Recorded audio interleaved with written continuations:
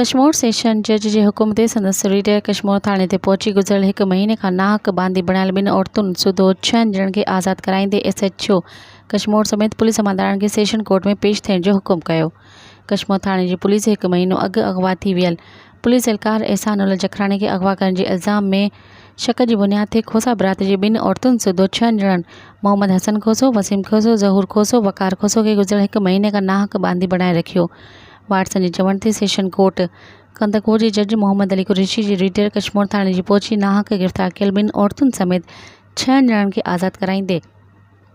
SHO Kashmir समेत police अमलदारनि खे सुभाणे कंदकोट सेशन कोर्ट में पेश थियण जो हुकुम कयो। मज़ीद ख़बरनि ऐं तफ़सीलात लाइ विज़िट कयो असांजी वेबसाइट www.awamiNewsHD.com ऐं ॾिसंदा रहो अवामी न्यूज़ HD।